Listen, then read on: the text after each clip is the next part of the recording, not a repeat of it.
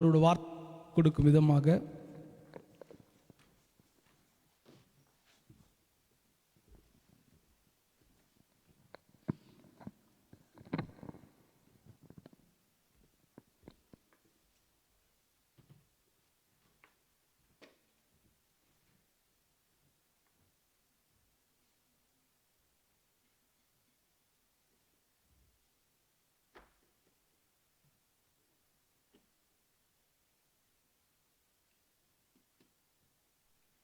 கலாத்தியருக்கு எழுதின நிருபம் 4 அதிகாரம் 5 வசனம். Galatians chapter 4 verse 5. கலாத்தியர் 4 அதிகாரம் 5 வசனம். நொஷ்கில் 4 வசனமாக இருக்கும்னு நான் நினைக்கிறேன். ஏன்னா இங்கிலீஷில் 4th verse இது. கலாத்தியர் 4 அதிகாரம் 5 வசனம். எல்லாரும் வாசிக்க போகிறோம். ஓகே, பைபிள் வச்சிருக்கிறவங்க இல்லாதவங்க கிட்ட கொஞ்சம் ஷேர் பண்ணுங்க. எல்லாரும் நம்ம வாசிக்க போகிறோம். இது ஒரு சிறப்பான நாள், இது ஒரு ஆசீர்வாதமான ஒரு நாள். ஆகையால் சந்தோஷமாக எல்லாருமா சேர்ந்து நம்ம வாசிப்போம். கலாத்தியருக்கு எழுதின நிருபம் 4 அதிகாரம் 5 வசனம் வாசிப்போமா? காலம் நிறைவேறின போது, எல்லாரும் வாசிங்க. காலம் நிறைவேறின போது ஸ்திரீனிடத்தில் பிறந்தவரும் நியாயப்பிரமாணத்திற்கு கீழானவருமாகிய தம்முடைய குமாரனை தேவன் அனுப்பினார். ஆமென். காலம் நிறைவேறின போது கர்த்ததாமே இந்த வார்த்தையை கொண்டு நம்ம இடத்துல பேசுவார். தலைகளை தாழ்த்தி தேவனுடைய சமூகத்தில் ஒப்பு கொடுத்து, ஆண்டவரே என்னோடு கூட பேசுங்க. பிறப்பின் நற்செய்தி என்னுடைய இருதயத்தில் ஒரு ஆறுதலை, ஒரு சமாதானத்தை, ஒரு பேர் ஆனந்தத்தை கொடுக்கும் என்று நான் விசுவாசித்து வந்திருக்கிறேன். ஆகையால் என்னோடு கூட பேசுங்க. நீர் எல்லாவற்றை காட்டிலும் சகல பிரஸ்தாபத்தை பார்க்கிலும் உமது வார்த்தையை மகிமைப்படுத்தியிருக்கிறீர். உமது வார்த்தைக்கு வல்லமை உண்டு. உமது வார்த்தை இல்லாதவைகளை இருக்கிறது போல் அழைக்கும், அவைகள் உருவாக்கும் என்று நான் விசுவாசிக்கிறேன். எனக்குள்ளும் அப்படியான சந்தோஷம், சமாதானம் பெருக்கெடுத்து ஓட உதவி செய்யுங்க. கர்த்தர் தாமே எல்லாவற்றையும் பொறுப்பெடுத்து நடத்துங்க. அடியனை மறைத்து வெளிப்படுங்க. உமது பிள்ளைகளை நிறைத்து ஆசீர்வதிங்க. ரட்சகரும் மீட்பருமா இருக்கிற இயேசு கிறிஸ்துவின் இன்ப நாமத்தில் பிதாவே, ஆமென். ஆமென். Praise the Lord. Please be seated. கர்த்தர் உங்களை ஆசீர்வதிப்பார். கர்த்தர் உங்களோடு கூட இருப்பார். ஆமென். சொல்லி வச்ச மாதிரி எல்லாரும் ரெட்டில் வருவோம். ஆனால் இன்னைக்கு நம்ம கொஞ்சம் மாற்றமாக ஏதாச்சும் வருவோம்னு பார்த்தோம். எல்லாரும் ஒரே கலரில் வந்திருக்கிறோம். இதே ஒரு மனம் சபையிலே இருக்குமானால் ஆவியானவர் மகிமைப்படுவார், சந்தோஷப்படுவார். ஹல்லேலூயா. ஆண்டவராகிய இயேசு கிறிஸ்துவின் இனிய நாமத்தினாலே மறுபடியுமாக உங்கள் யாவருக்கும் கிறிஸ்துவின் பிறப்பின் நற்செய்தியினாலே நான் உங்களுக்கு நற்செய்தியை உங்களுக்கு கொடுக்க, ஆசீர்வதிக்க ஆவியானவர் எனக்கு உதவி செய்வாராக. இந்த நேரத்தில் என்னை வழி நடத்தின என்னோட ஊழியக்காரர்கள் எல்லாருக்காகவும் நான் நன்றி செலுத்துகிறேன். என்னை சிறு வயதிலிருந்து என்னை உருவாக்கி நடத்தின சண்டே ஸ்கூல் டீச்சர்ஸ், வாலிப பிரயாத்தில் எனக்கு நடத்தின யூத் லீடர்ஸ், என்னை ஊழியக்காரனாக வழி நடத்த ஆசைப்பட்ட என்னோட ஊழியக்காரர்கள் எல்லாரும் நான் நினைவு கூறுகிறேன். அதே வேளையில் தலைமை போதகருக்கும் நான் நன்றி செலுத்துகிறேன். அவருக்கும் நன்றி. இங்கே இருக்கிற யாவருக்கும் நன்றி. மூப்பரையாக்கும் நன்றி. கர்த்தர் உங்களை ஆசீர்வதிப்பார். சபையார் யாவருக்கும் என்னுடைய அன்பின் வாழ்த்துக்கள். கர்த்தர் தாமே ஆசீர்வதிப்பாராக. இந்த நாளிலும் ஒரு வசனத்தை வாசித்தோம். காலம் நிறைவேறின போது. எனக்கு இந்த வசனம் நான் உங்களுக்கு முன்னாடியே பிரசங்கித்திருக்கிறேன். 2023 பிரசங்கித்திருக்கிறேன்னு நான் நினைக்கிறேன். ஆனால் உங்களை நான் அறிவேன். நீங்கள் புதுசாக கேட்குறது போல கேட்பீங்க. ஆனால் கர்த்தர் அதே இல்லை, அதோடு கூட அநேக காரியங்களை இன்றைக்கு பேசுவார் என்று நான் விசுவாசிக்கிறேன். கர்த்தர் தான் நமக்கு ஆசீர்வதிப்பார். இந்த வசனத்தை நான் பேசும் நினைக்கும் போதெல்லாம் கால நிறைவேறின போது என்று என்னோடய வாலிப பிரயாத்தை நான் கொஞ்சம் நேரம் நான் நினைச்சு பார்ப்பேன். கிறிஸ்மஸ் ஆராதனை முடிந்து என்னோட வீட்டுக்கு போவோம். நான் சொன்னது போல் ஹிந்து குடும்பத்தில் தான் நாங்கள் வந்திருந்தேன். தாய் தகப்பன் அப்போ சர்ச்சுக்கு வராதவங்க இப்போ கர்த்தருக்குள்ளே நல்லா இருக்கிறாங்க, ஊழியம் பண்ணுறாங்க. கர்த்தர் நல்லவர், எவரையும் மாற்ற வல்லவராக இருக்கிற ஆண்டவர் அவர்களை மாற்றி ஊழியத்தில் பயன்படுத்தி கொண்டு இருக்கிறார். அப்போ நான் திருச்சபைக்கு முடிச்சுட்டு காலையில் ஆராதனை முடிச்சுட்டு, எங்களுக்கு ஆராதனை 4 மணிக்கு முடிக்கிறது 7-7:30 ஆகிடும்.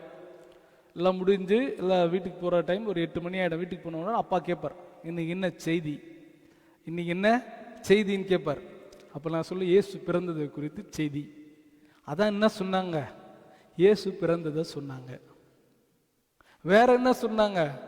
இயேசு நமக்காக பிறந்தாருன்னு சொன்னாங்க. கடைசி வரைக்கும் செய்தி சொல்லவே மாட்டேன்.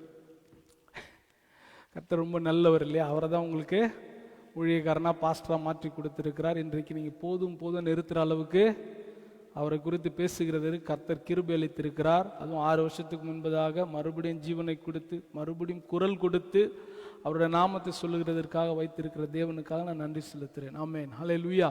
கர்த்தர் நல்லவர், அவரால் கூடாத காரியம் ஒன்றுமே இல்லை.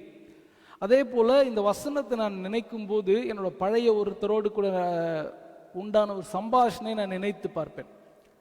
I just think about a conversation which I had with a random person. அவர் வேற யாரும் இல்லை, ரோஸோட ஸ்நேகிதியோட தகப்பனார்.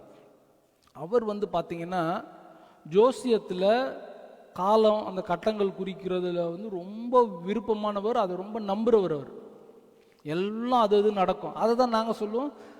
அவர் அதினதின் காலத்தில் நேர்த்தியாக செய்கிறவர் நம்முடைய. அதைத்தான் நானும் சொல்கிறேன். அந்த நேர்த்தி காலம் இருக்குல்ல, எல்லாமே குறிக்கப்பட்டிருக்கு, எல்லாம் அந்த கோடுகளுக்கு பின்னாடி தான் இருக்கு. அவர் இந்த வசனத்தை ஒரு நாள் சொன்னார் என்கிட்ட.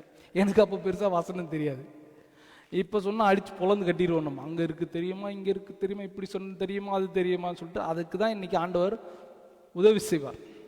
அவர் காலம் நிறைவேறின போது அப்படின்ற அதுக்குன்னு ஒரு காலம் இருந்ததுப்பா. அதுக்காக தான் இயேசு வெயிட் பண்ணாரு. அந்த கோள்கள்லாம் அங்கங்க நகரணும்.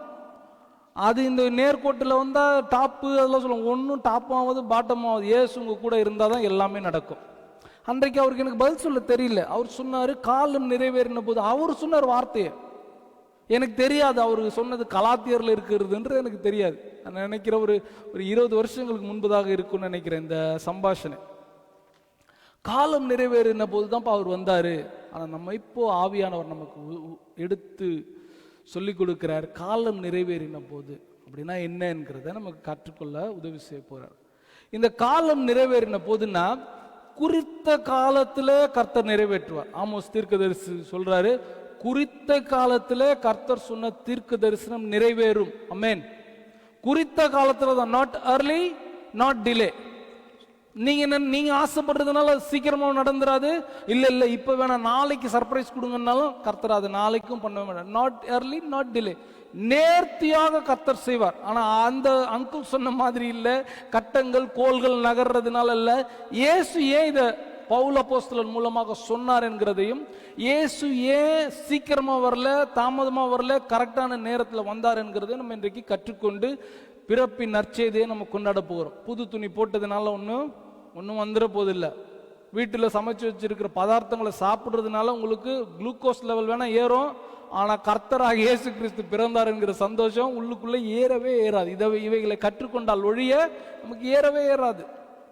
அப்ப காலம் நிறைவேறின போது எப்ப சொன்னார் தெரியுங்களா? ஃபர்ஸ்ட் மேசியா வரப்போறாருன்றத முதல் தீர்க்க தரிசனம் எங்க சொல்லப்பட்டிருக்குதுன்னு உங்களுக்கு ஏற்கனவே சொன்னது போல ஆதியாகமம் புஸ்தகத்திலே சொல்லப்பட்டிருக்கு. யாராவது ஒருவர் எனக்கு பைபிள் வாசித்து எனக்கு உதவி செய்யும். ஆதியாகமம் புஸ்தகம் 3ஆம் அதிகாரம் 15வது வசனம். 3ஆம் அதிகாரம் 15வது வசனம் என்ன சொல்லுது? உனக்கும் ஸ்திரீக்கும் உன் வித்துக்கும் அவள் வித்துக்கும் பகை உண்டாக்குவேன். அவர் உன் தலையை நசுக்குவார், நீ அவர் குதிங்காலை நசுக்குவாய் என்றார். இங்க வந்து ஒரு தீர்க்க தரிசனம் சொல்லப்படுது. 2 பேர்கிட்ட பேசுறார். ஒன்னு மிஸ்டர் சாத்தான், இன்னொன்னு நம்முடைய ஆதி தாய் ஏவாள் அம்மா கிட்ட பேசுறாங்க. என்ன சொல்ற? உனக்கும் ஸ்திரீக்கும் உன் வித்துக்கும் அவள் வித்துக்கும் பகையை உண்டாக்குவேன் என்று சொல்றார். பகையை உண்டாக்குவேன். அது அடுத்து அவர் உன் தலையை நசுக்குவார், நீ அவர் குதிங்காலை நசுங்குவாய் என்றார். இது முதலாவது சொல்லப்பட்ட தீர்க்க தரிசனம். சரி, மனுஷன் தப்பு பண்ணிட்டான். தமது சாயலாகவும் தமது ரூபமாகவும் கர்த்தர் பார்த்து பார்த்து மற்றதெல்லாம் வார்த்தையினால சொல்லி பவர் சொல்லி உருவான அந்த உலகம் அவர் கையினாலே, வசனம் சொல்லுது, அவர் குனிந்து செயல்பட்டாராம் ஆதாம உருவாக்குறதுக்கு. ஆதாம உருவாக்கிட்டு அடுத்து ஏவாளுக்கும் என்ன பண்றாரு? குனிந்து என்ன பண்றாரு? விழாவை எடுத்து அதுக்கப்புறம் செய்யறாரு. மனுஷனுக்கு அவ்வளோ மெனக்கெட்டு மனுஷன் உடனடியாக பாவம் செய்துட்டான். உடனடியா இயேசு வந்திருந்தா ப்ராப்ளம் சால்வ்டா இல்லையா? அப்பவே எல்லாத்தையும் முடிச்சிருந்தா அதுக்கப்புறம் வர்றதெல்லாம் கிளீனா இருந்திருக்குமே. ஆனா இயேசு வரல. இன்னும் அநேக தருணங்களை என்னால காட்ட முடியும். தாவீது ஆபிரகாமுடைய காலத்துல வந்திருக்கலாம். மகனை பலி கொடுக்க போன போதே இதோ வந்துட்டேன், நான் தான், என்ன அடையாளமா காட்டுறதுக்கு தான் இந்த காட்சி நடந்தது, வேணாம் வேணாம் வேணாம்னு சொல்லிட்டு அன்றைக்கே இயேசு வந்திருக்கலாம், வரல. தாவீது காலத்துல வந்திருக்கலாம், வரல. ஏசாயா காலத்துல வந்திருக்கலாம், வரல. இல்ல 400 வருஷம் அமைதி. மல்கியாவுக்கும் மத்தேயுக்கும் நம்மளோட பைபிள்ல ஒரே ஒரு பேப்பர் தான் இருக்குது. இப்படி திருப்பினா மல்கியா, இப்படி திருப்பினா மத்தேயு. ஆனா அது நடுவில் 400 வருஷம் அமைதி இருந்தது. அந்த நேரத்தில் வந்திருக்கலாமே, இயேசு கிறிஸ்து வரல. காலம் நிறைவேறின போது அந்த காலத்துக்காக அவர் காத்து கொண்டே இருந்தார். இன்னைக்கு நாம நினைக்கிற காலம் என்னன்னா நம்மளுடைய காலம். சின்ன பிள்ளைங்களுக்கு தெரியுமா, சின்ன பிள்ளைங்களுக்கு டைம் சொல்லி கொடுக்கும்போது ஞாபகம், உங்களுக்கு வீட்டில் ப்ராக்டிஸ் பண்ணியிருப்பீங்க. அவங்களுக்கு நேற்று எது நாளை எதுன்றது டிஃப்ரென்ஸ் தெரியாது. தெரியும் சின்ன பிள்ளைங்களுக்கு லெஃப்ட் எது ரைட் எதுன்னு தெரியாது. சின்னவங்க யாரு பெரியவங்க யாருன்னு தெரியாது. சின்ன பசங்களை பார்த்து என்ன சொல்லும், அவர் வராரு அப்படின்னு. பெருசா ஒருத்தர் பெரிய வீட்டில் பெரியவராக இருப்பாரு, அவன் வரான் அப்படின்னு. சரி, இது பரவாயில்ல. மிருகங்களுக்கு சொல்லும் அவர் வராருன்னு. யார் பார்த்தீங்கன்னா பௌ நாய்க்குட்டி வருவார், அவர் வராரு அவர் வராருன்னு. அந்த பக்கம் திரும்பி தான் அவங்க தாத்தா வரும், அவன் வந்துட்டான் தாத்தா வந்துட்டான் அப்படின்னு. சின்ன பிள்ளையிலே சொல்லிக் கொடுப்பாங்க. சில பேர் வயசு பெருசாகி கூட அந்த பழக்கம்லாம் கற்றுக்கொள்றதுல அது வேற விஷயம், மரியாதை இல்லாமல் பேசிட்டு இருக்கு. சிலர் வந்து பார்த்தீங்கன்னா இந்த சின்ன குழந்தைங்க நேற்று என்ன சொல்லும் நாளைக்கு இன்னும், நாளைக்கு என்ன சொல்லும் நேற்று இன்னும். இது கொஞ்சம் ஓரளவுக்கு காம்ப்ளிகேட்டட். அவங்கள பொறுத்த வரைக்கும் போன வருஷமும் என்னது நேத்து தான். 2-3 வருஷத்துக்கு முன்பதாக என்ன அதுவும் என்னது கவனிங்கம்மா, 2 வருஷத்துக்கு முன்பதாகவும் என்னது நேத்து தான். இன்னும் 2 வாரம் கழிச்சு தான் நடக்க போகுது, அதுவும் என்ன சொல்லுவாங்க நாளைக்கு. அவங்களுக்கு தெரியாது. அவங்களுக்கு தெரியும். உங்க வீட்டில் நடந்திருக்கும், நான் நேத்தே போயிட்டேன் அப்படின்வாங்க குழந்தைங்க. 2 வருஷத்துக்கு முன்னாடி நேற்று தான் பிறந்த நாள் சொன்னீங்கன்னா, பிறந்த நாள் வர மாசத்துல குழந்தைங்க கிட்ட போய் சொன்னீங்கன்னா, இந்த மாசம் உனக்கு பிறந்த இன்னைக்கு தானே எனக்கு பிறந்த நாள், இன்னைக்கு தானே, அதுக்கு 16ஆம் தேதி தான் இருக்கும் பிறந்த நாள். கூப்பிட்டு உட்கார வச்சு சொன்னேன், இல்லை இன்னைக்கு தேதி 1, 2, 3, 4 அப்படின்ட்டு எண்ணி இன்னும் 15 நாள் இருக்குது. சரி நாளைக்கு என் பிறந்த நாள்னு இருந்து போயிடும். குழந்தைக்கு தெரிஞ்சது டைம் குறித்து தெரியாது. அநேக நேரத்தில் நாமளும் ஆண்டவர்கிட்ட, ஆண்டவரே சொன்னீங்கல்ல இப்பவே செய்யுங்க, நமக்கு தான் நேத்து நாளைக்கு இன்னும் 2 வருஷம் கழிச்சு தான் ஆண்டவர் நமக்கு அதை தரப்போறாருனோ, நம்ம என்ன பண்ணுவோம், இப்பவே தாரும், இன்றைக்கே தரோம். பாட்டுலாம் அவரை ரெடி பண்ணி வச்சிருக்கேன், இப்பவே தந்திடுங்க, இன்றைக்கே தந்திடுங்க, உண்மை தான் டான்ஸ் ஆடி இப்பவே தாங்க, இப்பவே தாங்க, இப்பவே இப்போ வாரும் இறங்கி இப்போ எப்பவுமே நமக்கு நம்ம ஒரு வாட்ச் கட்டிக்கிட்டு இந்த கிளாக்ல வேலை செஞ்சுட்டு இருப்போம். ஆனா அவருடைய காலம் வேற. அதனாலதான் என்ன பண்ணல, தப்பு நடந்த உடனே வாக்குதத்தம் கொடுத்தார். உன் வித்துக்கும் அவள் வித்துக்கும் ஒரு பகை உண்டாக்குவேன் அப்படின்னு சொன்னார். அந்த அம்மா என்ன தப்பா புரிஞ்சுக்கிச்சு, ஏன் வித்து நினைச்சிருச்சு. கேட்ட இன்னொருத்தர தப்பா புரிஞ்சு, இவளுக்கு பிறக்கிறது தான் போட்டு முடிச்சிடுறேன்னு சொல்லிட்டு என்ன பண்ணிருச்சு, மூத்த மகனை காயினை பிசாசு மோசம் பண்ணிருச்சு. ஆனா அந்த அம்மாவுக்கு புரியல, அவள் வித்து மனுஷன். அதனால யோவான் எழுதின சுவிசேஷம் 1ஆம் அதிகாரத்தில், மனுஷனுடைய சித்தத்தினாலும் பலத்தினாலும் அல்ல, தேவனுடைய பலத்தினால உருவானவர் இயேசு கிறிஸ்து என்று சொல்லப்படுகிறது. அவர் மனுஷனுடைய ஒரு ஆணுடைய பலத்தினால வரல, ஆவியானவருடைய பலத்துல இயேசு கிறிஸ்து வந்தார். இது நடந்த சொன்ன உடனே வந்திருந்தாருன்னா ப்ராப்ளம் சால்வ்னா இல்ல, ப்ராப்ளம் சால்வ் ஆயிருக்காது. அதே போல உலகத்தை உருவாக்கும் போதே அவருக்கு தெரியும் இயேசு கிறிஸ்து பிறப்பது என்பதற்கு. இப்ப இன்னைக்கு சொல்ற இயேசு கிறிஸ்து ஏன் பிறக்கணும், என்னுடைய பாவத்துக்காக மரிக்க வேண்டும் என்பதற்காக. ஓகே, ஒரு மனுஷன் பாவம் செஞ்சிட்டான், இதை எப்படி தடுக்கிறதுன்னு தெரியல, okay let's sit and decide அப்படின்னு சொன்னதால வருவார். என்னால் அவர் கடவுளா இருக்கும். நான் சொல்றது உங்களுக்கு புரிய நினைக்கிறேன். ஒரு காரியம் நடந்த பிறகு அதற்கு ஒரு சொல்யூஷன் சிந்திக்கலாம்னு சொல்லி சிந்திச்சா, is a good wise man, not he cannot be God. இது நடந்துருச்சு, இதுக்கு அப்புறம் என்ன பண்ணலாம். இப்ப தண்ணி, இப்ப அழகா இருக்கு இந்த மேஸ், இதுல தண்ணி ஊத்திடுச்சு, உடனே என்ன பண்ணுவோம், எடுத்து வேற க்ளாத் போட்டா இது சாதாரண நம்ம மனுஷங்க. இது தண்ணி ஊத்த போகுது, இதை இங்க போடக்கூடாது அப்படின்னு நினைக்கிறவ தான் கர்த்தர். அல்லேலூயா. அதனால நம்ம பாவம் செஞ்சதுனால தான் இயேசு கிறிஸ்து வந்தாருன்னு இல்ல, மனு குலம் கெட்டு போகும். அதை காப்பாற்றுவதற்காக உலக தோற்றத்திற்கு முன்பதாகவே அடிக்கப்படும்படியாக தெரிந்து கொள்ளப்பட்டவர் தான் நீங்களும் நானும் இன்றைக்கு பிறந்த நாள் கொண்டாடுகிற நம்முடைய வாழ்க்கையின் நாயகராக இருக்கிற இயேசு கிறிஸ்து. அல்லேலூயா. ஆனா அவர் வர்றதுக்காக என்ன பண்ணாரா? காலம் நிறைவேறட்டும் வெயிட் பண்ணார். லெட் மீ வெயிட் அப்படின்னு சொல்லிட்டு வெயிட் பண்ணிட்டே இருந்தாராம். இப்ப காலங்கள் புரண்டு ஓடிருச்சு. தாவீதுக்கு ஒரு வாக்குத்தத்தம், நம்மளுடைய ஆண்டவர் வாக்குத்தத்தத்தின் தேவன் தெரியும் இல்லையா? அவர் வாக்கு கொடுத்துட்டே இருப்பார். யாராயும் நம்பிட்டாருன்னா என்ன பண்ணுவாருன்னா வாக்கு கொடுப்பார். ஆனா எப்ப நடக்கும்னு சொல்ல மாட்டார். வாக்குத்தத்தத்தை கொடுத்து ஆசீர்வதிப்பார். வாசிக்கிறீங்களா? இப்படியே காலங்கள் புரண்டு ஓடிருச்சு. இப்ப என்ன பண்றாரு?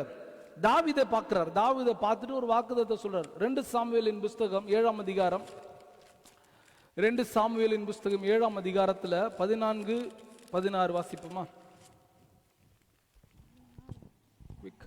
நான் அவனுக்கு பிதாவாய் இருப்பேன், நான் அவனுக்கு பிதாவாய் இருப்பேன், அவன் எனக்கு குமாரனாய் இருப்பான், அவன் எனக்கு குமாரனாய் இருப்பான். அவன் அக்கிரமம் செய்தால், அவன் அக்கிரமம் செய்தால் நான் அவனை மனுஷருடைய மிலாற்றினாலும் மனுபுத்திரருடைய அடிகளினாலும் தண்டிப்பேன்.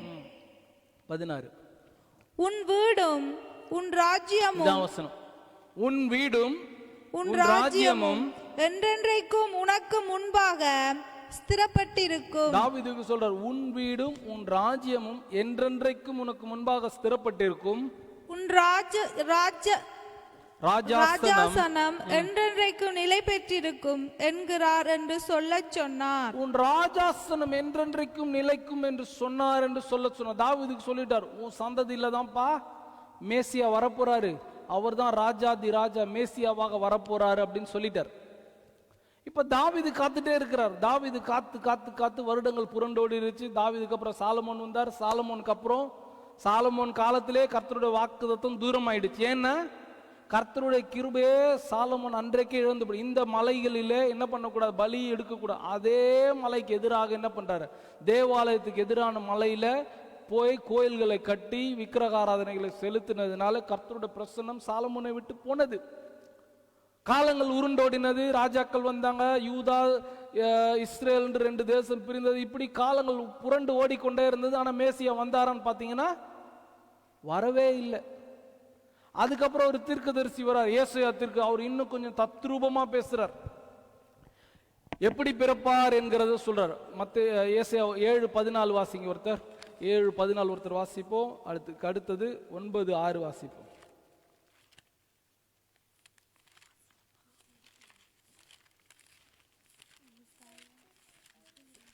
உபவாசமா? 7:14. ஏசாயா 7:14.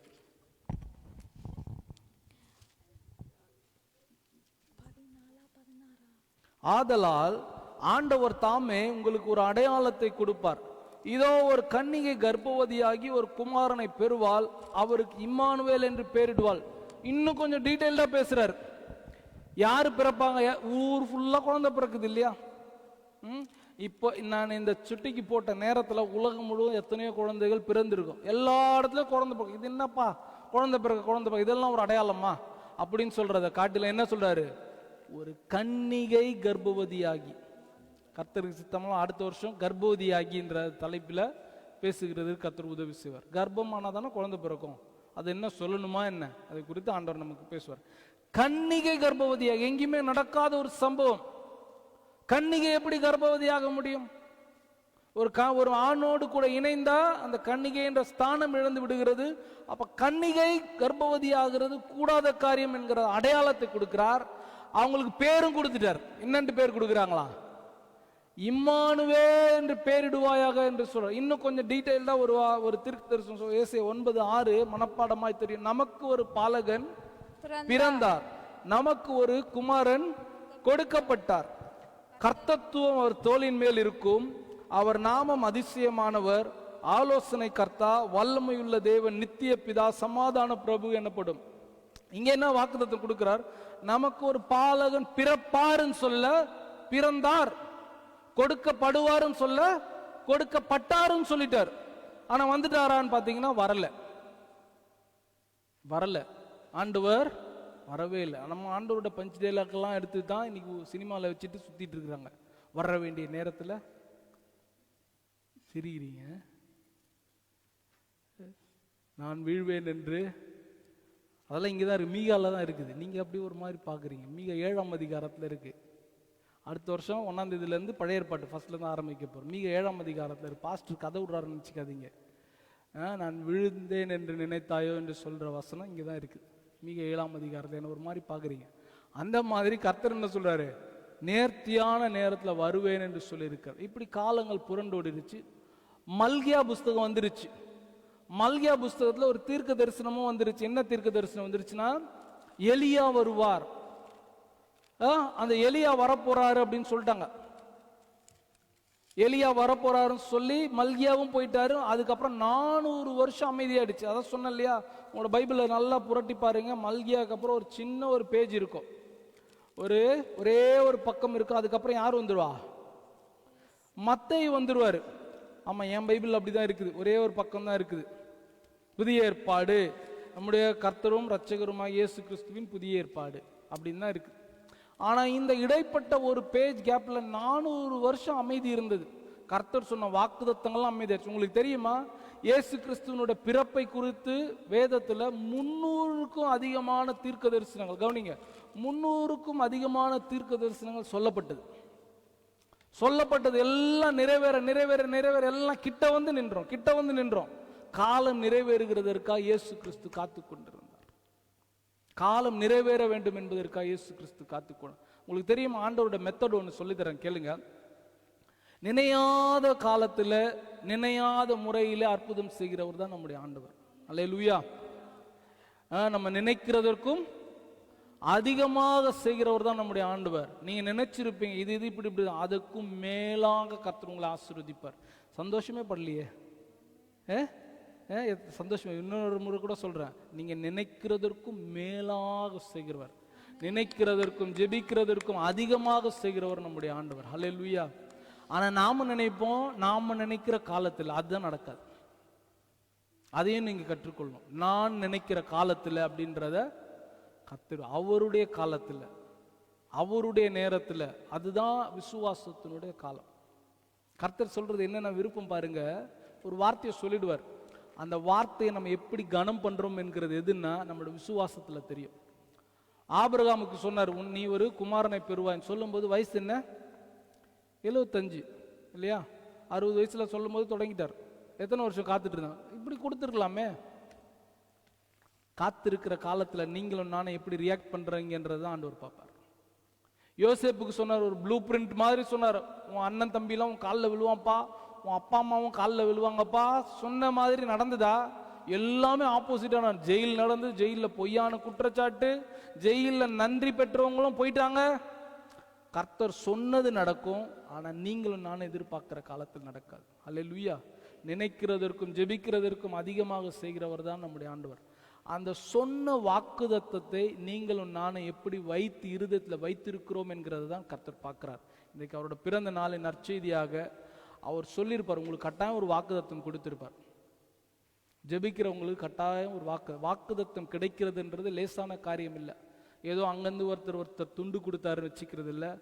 இப்படி எடுத்து ஒரு கிளி ஜோசியம் எடுக்கிறது போல இது எனக்குன்னு எடுக்கிறது இல்லை. கேலண்டரில் போயிட்டு கண்ணை மூடிட்டு இப்படி தொட்டு பார்த்துட்டு ஒரு கண்ணை மூடிட்டு அப்படியே லேசை திறந்து பார்த்துட்டு ஓ இதா அப்படின்றது, அந்த வாக்குத்தத்தத்தை பற்றியெல்லாம் நான் பேசலை. உங்களுக்கு கர்த்தருடைய சமூகத்தில் பிரத்யேகமாக உட்காந்து ஆண்டவரே என்னோடு கூட பேசுங்க, என் எதிர்காலத்தை குறித்து என்ன நினைத்திருக்கிறீங்க என்று கேட்கிறவர்களுக்கு கர்த்தர் ஒரு வாக்குத்தத்தை தருவார். இன்னொன்று சொல்கிறேன், இந்த பைபிள்ல இருந்து தான் தருவார். வேற எங்கேயும் அவர் சொன்னாங்க இவங்க சொன்னாங்களா இல்லை, இதுல இருந்தது. ஆனா அந்த வாக்குத்தத்தம் உங்களுக்கு கிடைச்சிடுச்சுன்னு வச்சுக்கோங்களேன், உலகமே மாறினாலும் நீங்களே செத்து போனாலும் அதை கர்த்தர் நிறைவேற்றுவார். அல்லேலூயா. நீங்க செத்து போயிட்டீங்கன்னா மறுமையில தம்பி உனக்கு நான் அப்ப சொன்னேன் எழுந்துரு, இது உனக்கு நான் திருப்பி கொடுக்குறேன்னு கொடுப்பார். லூக்கா 1:37 ஆங்கில வேதாகமத்தில் சொல்லுது, நமக்கு சொல்லுது, அவரால் கூடாத காரியம் ஒன்றும் இல்லை.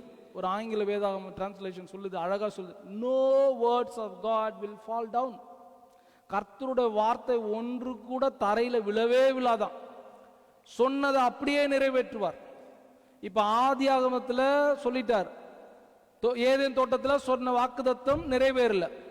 தாவீதுக்கு ஒரு வாக்குத்தத்தம் சொன்னாரு, காத்துட்டு இருக்கிறாங்க. ஏசாயாவுக்கு அதே வாக்குத்தத்தத்தை நினைப்பூட்டினார், காத்துட்டு இருக்கிறாங்க. இன்னும் 300 பேர்கிட்ட சொல்லிட்டார், மீகா சொல்றாரு பெத்லகேம் என்ற ஊர்ல பிறப்பார். எங்க பிறப்பார், எப்ப பிறப்பார், எல்லாமே தெளிவாக சொல்லப்பட்டாயிற்று. ஆனாலும் காரியம் என்ன நடக்கல. ஏன்? காலம் நிறைவேறுகிறதற்காக காத்துட்டு இருக்கிற ஆண்டவர். அதான் சொன்னேன் நானு, அவருடைய எல்லா காரியங்களையும் ஒரு அற்புதமாக செய்கிற ஒரு ஆண்டவர். இப்ப தாவீது காலத்துல தாவீதுக்கு சொன்ன மாதிரி வந்திருந்தாருன்னு வச்சுக்கோங்களேன், சரித்திரம் என்ன சொல்லியிருக்கோம்? தாவீது ஏதோ திருச்சி எழுதிட்டார். ஏன்னா தாவீதுக்கு கர்த்தரை ரொம்ப பிடிக்கும், அதனால கொஞ்சம் அட்ஜஸ்ட் பண்ணிட்டு ஏதோ ஒன்னு சொல்லிட்டாரு, நடந்திருக்கும். ஏசாயாவா, ஏசாயாவுக்கு கர்த்தரே வந்து ஒரு அக்கினியா அவன் நாக்கில் வச்சார். அவங்க ரெண்டு பேரும் திக் ஃப்ரெண்ட்ஸ். அதனால ஏசாயா கொஞ்சம் காம்ப்ரமைஸ் பண்ணி ஏதாவது செஞ்சிருப்பாரு. இப்படிலாம் உலகம் பேசியிருக்கும். அதனால என்ன பண்றாரு, அவரை ஏற்றுக்கொள்ள முடியாதவர்களை கொண்டு கர்த்தர் காலம் நிறைவேறுதலை உண்டாக்குகிறார். இதுதான் கீ பாயிண்ட். அவரை ஏற்றுக்கொள்ளாதவர்களை கொண்டு இந்த காலம் நிறைவேறுதலை உண்டாக்குகிறார். அப்பதான் உலகம் அவரை போற்றும். 3 கூட்ட மக்களை கொண்டு இந்த காலம் நிறைவேறினதை, நிறைவேற்றப்பட்டதை உங்களுக்கு காட்ட விரும்புகிறேன். முதலாவது யூதர்கள். யூதர்கள் நினைச்சிட்டு இருக்கிறாங்க மேசியா வருவார், இன்னும் வரல நினைச்சிட்டு இருக்கிறான் அவனுக்கு. ஆனா அவனை கொண்டே என்ன பண்றார், அவர்களை கொண்டே கர்த்தர் காலம் நிறைவேறுகிறதற்கு காலத்தை உண்டாக்கி கொண்டிருந்தார். அவங்க உண்டாக்குனாங்க. அவங்க ஆபிரகாமுக்கு 15ஆம் அதிகாரத்தில் சொல்ற உன் சந்ததி. அப்ப ஆபிரகாம் சந்ததியில ஒருத்தர் வரப்போறாரு, அவர் வருவாரு, அவர் வந்த பிறகு எங்களுக்கு ராஜ்யபாரம், எங்களுக்கு நிலையான ராஜ்யம் தருவேன் என்று தாவீதுக்கு சொல்லி இருக்கிறார். ஆபிரகாமுக்கு சொன்னதை தாவீதுக்கு சொன்னார், தாவீதுக்கு சொன்னதை தான் நாங்க இன்னும் காத்துட்டு இருக்கிறோம். எங்களுக்கு என்று ஒரு ராஜ்யம் வரும் வரும் என்று நம்பிட்டே இருந்தாங்க. ஒரு மேசியா வரப்போறார், ஒரு மேசியா வரப்போறார், ஒரு மேசியா வரப்போறார் நம்பிட்டே இருந்தான்.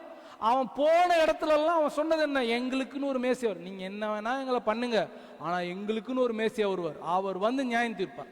அப்ப உலகம் முழுவதும் நம்ப ஆரம்பிச்சாங்க. என்ன நம்ப ஆரம்பிச்சாங்க? ஒரு மேசியா வரப்போறார், ஒரு மேசியா வரப்போறார். உலகம் முழுவதும் அவங்க போன இடங்கள் எல்லாவற்றிலும், அவங்க பிரயாணம் பண்ண போன எல்லா இடத்திலும் அது ஒரு சின்ன ஒரு கூட்டம்.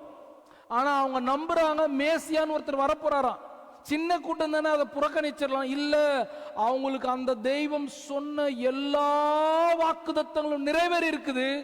அவர் வரப்போறாருன்னு சொல்லி இருக்கிறாரு, கட்டாயம் வருவாரு என்று உலகம் முழுவதும் நம்ப யூதர்களை கொண்டு அனுப்பினார். யூதர்கள் ஆனா மேசியாவாக இயேசு ஏற்றுக்கொண்டார்களா? Till now it's big no. இன்னும் யாரும் ஏற்றுக்கொள்ளல. ஆனா அவனை வச்சு என்ன சொல்லிட்டாரு, மேசியா வரப்போறார், மேசியா வரப்போறார், மேசியா வரப்போறார். உலகம் முழுவதும் செய்தி அனுப்பிட்டு. எப்படின்னா எல்லாரும் நம்பினது எப்படின்னா, அந்த 3 சாஸ்திரிகள், நமக்கு பொறுத்த வரைக்கும் 3 சாஸ்திரிகள் தான். தங்கம், வெள்ளை போலம், தூப வர்க்கத்தை கொண்டு வந்தாங்க. அவங்க வரும்போது ஏரோது பார்த்தாங்க இல்லையா? ஏரோது பார்க்கும்போது என்ன சொன்னாங்க, இந்த மாதிரி நாங்கள் ராஜா, யூதருடைய ராஜா பிறந்திருக்கிறார், நாங்கள் போய் பார்க்க போறோம். எந்த ஊர்ல எங்களுக்கு தெரியாது, நாங்கள் போயிட்டு இருக்கிறோம். அவன் உடனே என்ன நம்பினா, அவன் யூதனும் அல்ல, உலகத்தான், புறமதஸ்தான். ஆனா என்ன நம்பினா, யூதர்கள் சொன்னபடி யூதருடைய ராஜா வரப்போறார், அவர் மேசியா, அவர் வரப்போறாரு. அவர் வரப்போற நாளை இவங்க 3 பேரும் கூட கரெக்டா சொல்லிட்டாங்க. இந்த ஊர்ல இருக்கிறது ஏதோ ஒரு ஊர்ல தான் குழந்தை பிறந்திருக்கு, அவங்களுக்கு சொல்லி அனுப்பிச்சேன், நீ போயிட்டு வரும்போது என்னை வந்து பார்த்துட்டு போங்க. என்ன சொல்லிடுவாங்க வந்த உடனே, இந்த தெருவில், இந்த சந்துல இந்த குடும்பம் இருக்குது, அவங்களோட பிள்ளை தான் அந்த மேசியா, நாங்க அது பாதப்படியில போய் வச்சுட்டு எல்லாம் வணங்கிட்டு வந்துட்டோம், கரெக்ட் தான் அப்படின்னு சொல்லியிருப்பான். உடனே இவர் போய் என்ன பண்ணிருப்பாரு, தலையை எடுத்திருப்பார். ஏன்னா அந்த நாட்களில் பிறந்த எல்லா ஆண் பிள்ளைகளையும் ஏரோது ராஜா கொன்று போட்டான். அவன் நம்பினது என்ன, மேசியா, ரட்சகர், உலக ரட்சகர் பிறக்க போகிறார் என்கிற அவன் நம்பினான். அப்ப யூதர்களை கொண்டு உலகெங்கும் பரப்பப்பட்ட செய்தி என்ன, மேசியா வரப்போறார். அதற்கு பிறகு வந்த மதங்கள் எல்லாவற்றிலும் இந்த கதை இணையும். எங்களுக்கு பரலோகத்திலிருந்து ஒருத்தர், அதே நம்முடைய உண்மை சம்பவத்தை வச்சு அவன் ஒரு கதை ஒன்று சொல்லுவான். அங்கிருந்து வரப்போறார், பேரெல்லாம் சொல்லிடு, பரமாத்மா வரப்போறார், அவர் வரப்போறார், இவர். அதனால நிறைய பேர் என்ன சொல்லுவாங்க, நான் தான் அது, கொஞ்சம் முடி கொஞ்சம் வளர்த்துட்டா நான் தான் அது, கொஞ்சம் வேற விதமா ட்ரெஸ் போட்டா நான் தான் அது அப்படின்ட்டு ஒரு மாதிரி ஷிவரிங்கோட பேசினா நான் தான் அது. எல்லாரும் நம்பிட்டு இருக்கிறது என்ன, அந்த ஒன்லைன் ஸ்டோரி, மேசியா வரப்போறார். அதை உலகெங்கும் கொண்டு போனவங்க யூதர்கள். நான் சொன்னேன் இல்லையா, அவரை நம்பாதவர்கள், அவரை ஏற்றுக்கொள்ளாதவர்களை கொண்டு இந்த காலம் நிறைவேறுதல கர்த்தர் உண்டாக்கினார். முதலாவது யூதர்கள், 2வது கிரேக்கர்கள். ரெண்டாவது கிரேக்கர்கள். இயேசு கிறிஸ்து பிறக்கிறதற்கு ஒரு 300-400 வருடங்களுக்கு முன்பதாக, அதாவது மல்கியாவின் காலத்துல கிரேக்கர்கள் உலகத்தை பிடித்து விட்டார்கள். பெர்ஷிய ராஜ்யம், மேதிய பெர்ஷிய பாபிலோனுக்கு அடுத்து, அதாவது தானியேலுடைய சம்பவம் தெரியுமா, தலை கோல்டு சில்வர் அப்படி இருக்கும் இல்லையா, இந்த மேதிய பெர்ஷிய ராஜ்ய நேரத்துல உலகத்தை ஆண்டு கொண்டிருந்தவர்கள் கிரீக். கொஞ்சம் உங்களுக்கு சரித்திரம் பிடிக்காது, ஆனால் நடந்த சம்பவத்தை ஏன் காலம் நிறைவேறின போது என்று எனக்கு அன்னைக்கு கேட்கும் போது சொல்ல தெரியல. இனிமேல் உங்களை யாராச்சும் கேட்டால் சொல்ல தெரியணும், அதுக்காக தான் ஆண்டவர் பேசுறார். மேதிய பெர்ஷிய ராஜ்யத்துக்கு அப்புறம் பெர்ஷிய கிரீக் தான் உலகம் முழுவதும் உலகத்தை ஆண்டு கொண்டிருந்த சாம்ராஜ்யம். என்ன கிரீக்? கிரீக்கோட பெரிய தலைவன் யாரு, பெரிய ராஜா யாரு? Exactly Alexander the great.